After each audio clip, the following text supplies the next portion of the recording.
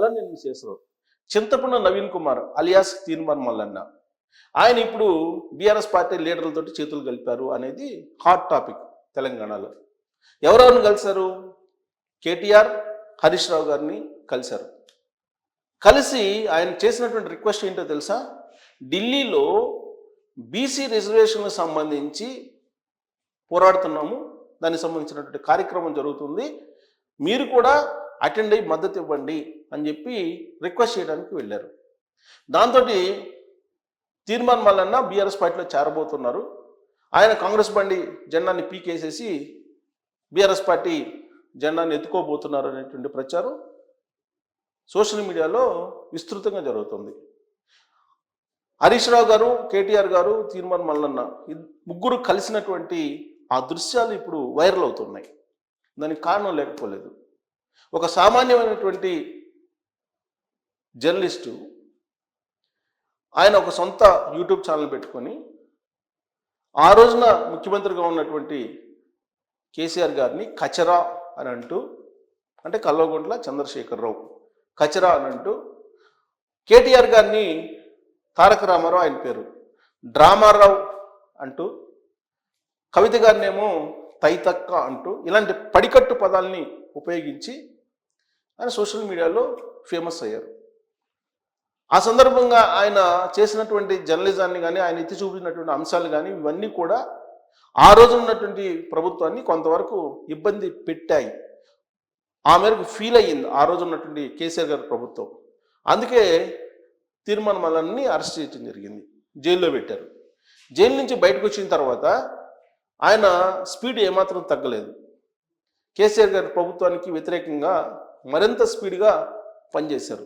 దాంతో తెలంగాణ సమాజం ఆయన ఒక హీరోలాగా భావించింది.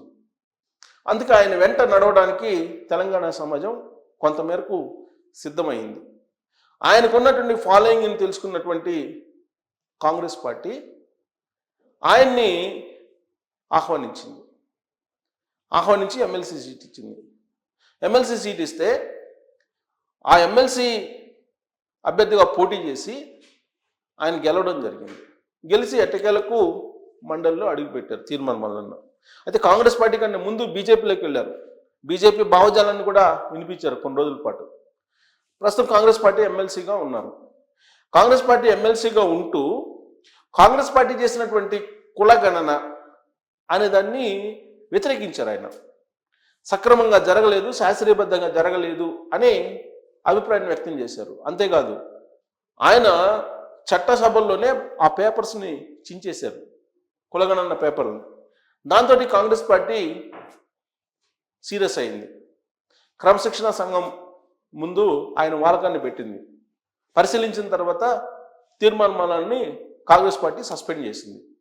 అప్పటి నుంచి కాంగ్రెస్ పార్టీకి దూరంగా ఉంటూ ఉన్నారు.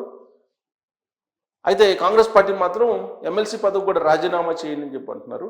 బట్ ఆయన ఎమ్మెల్సీ పదవికి రాజీనామా చేయలేదు. బీసీ వేదికల మీద కనిపిస్తున్నారు. బీసీలని కన్సల్టేట్ చేసేటువంటి ప్రయత్నం చేస్తూ ఉన్నారు.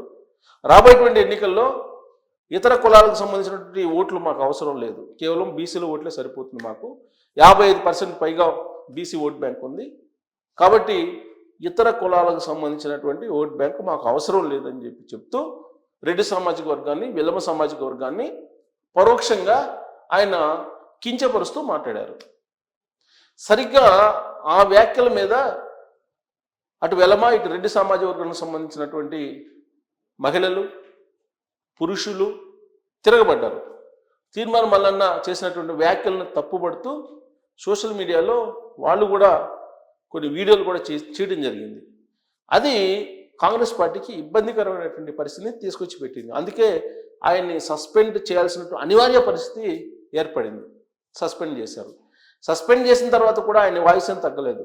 రెడ్డి సామాజిక వర్గంలో చివరి ముఖ్యమంత్రి రేవంత్ రెడ్డి గారేనో తెలంగాణకి రాబోయేటువంటి రోజుల్లో బీసీ ముఖ్యమంత్రి ఉంటారు. తెలుగుదేశం పార్టీలో కానీ, లేదా కాంగ్రెస్లో కానీ, లేదా ఇతర పార్టీలో, ఏ పార్టీ అయినా సరే బీసీలు మాత్రమే ఉంటారు రాబోయేటువంటి రోజుల్లో తెలంగాణకి ముఖ్యమంత్రి.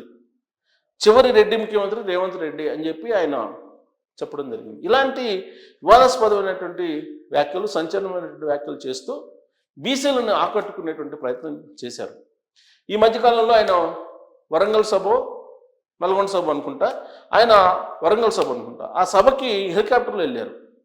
హెలికాప్టర్లో వెళ్ళిన సందర్భంగా అసలు తీర్మాల్ మల్లన్న ఒకప్పుడు ఆర్థిక పరిస్థితి ఏంటి, ఇవాళ ఆర్థిక పరిస్థితి ఏంటి, ఆయన హెలికాప్టర్లో వచ్చేటువంటి స్థాయికి ఎలా ఎదిగారు అనేటువంటి ఒక ప్రచారం చేస్తూ కొంతమంది వీడియోలు పెట్టారు సోషల్ మీడియాలో.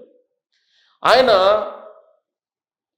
యూట్యూబ్ ఛానల్ని అడ్డు పెట్టుకొని కొంతమందిని బ్లాక్మెయిల్ చేస్తున్నారని, ఆ బ్లాక్మెయిల్ కారణంగానే డబ్బులు వచ్చాయని, తర్వాత ఎమ్మెల్సీ అయిన తర్వాత కొన్ని చీకటి వ్యవహారాలు చేశారని, అందుకే ఆయన హెలికాప్టర్లో తిరుగుతున్నారని ప్రచారం మొదలుపెట్టారు.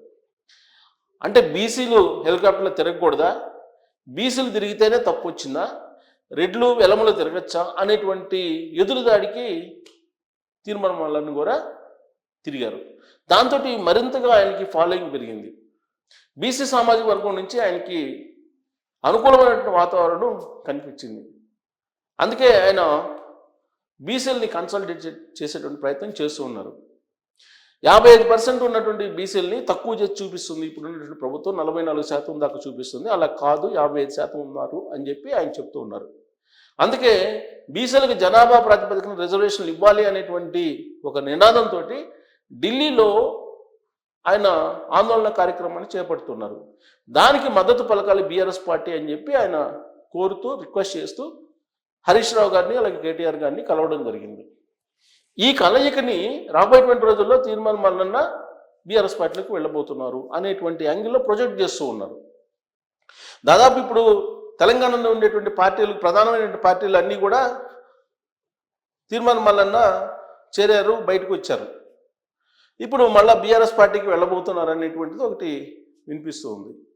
మరి నిజంగా ఆయన బీఆర్ఎస్ పార్టీలకు వెళ్ళడానికి హరీష్ రావు, కేటీఆర్ గారిని లాంటి వాళ్ళని కలిశారా అని అంటే, ఆయన చేసినటువంటి వ్యాఖ్యలకి ఈ కలయికి సంబంధం లేదు.